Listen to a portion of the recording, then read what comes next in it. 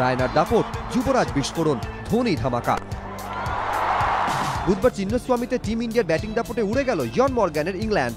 ব্যাঙ্গালোরে ইংল্যান্ডকে ৭৫ রানে হারিয়ে ২-১ টি-২০ সিরিজ জিতে নিল কোহলি অ্যান্ড কোম্পানি।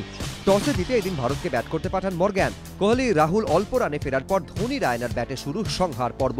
দুজনের হাফ সেঞ্চুরি, স্ট্রোক প্লে, গ্যালারিতে বারবার উড়ে আসা বল।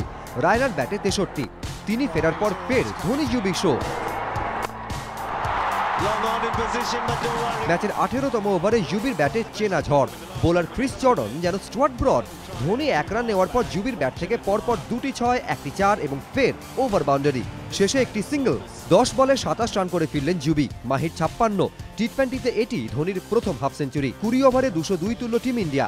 জবাবে ব্যাট করতে নেমে রয় শুরুটা ভালো করলেও চাহালের স্পিনের ফাঁদে আটকে যায় ইংল্যান্ড। ০ রানে ফেরেন বিলিংস।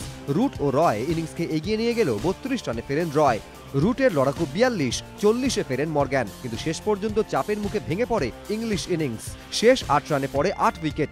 ইংল্যান্ডের অবিশ্বাস্য আত্মসমর্পণ। আগুনে স্পেলে ২৫ রানে ৬ উইকেট যজুবেন্দ্র চাহালের, ৩ উইকেট বুমরার, ১টি অমিত মিশ্রর। এবিপি আনন্দ।